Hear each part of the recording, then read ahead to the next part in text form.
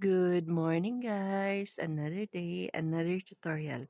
So ngayong araw nga guys ay may isa na naman tayong napiling prompt at saka sobrang dami talaga guys na lumalabas ngayon dito sa social media na mga trending AI prompt na sobrang nai-inspire tayo na gawan yun or gawin yung couple version na ginagawa nga natin dito sa We Are the Geralds. So ngayong araw nga guys ay same process pa rin naman.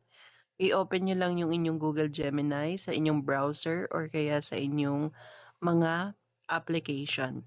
So, next step guys ay kung na-open niyo na yan ay click niyo naman yung plus sign dyan sa baba para ma-upload niyo yung picture na gusto nyong gamitin.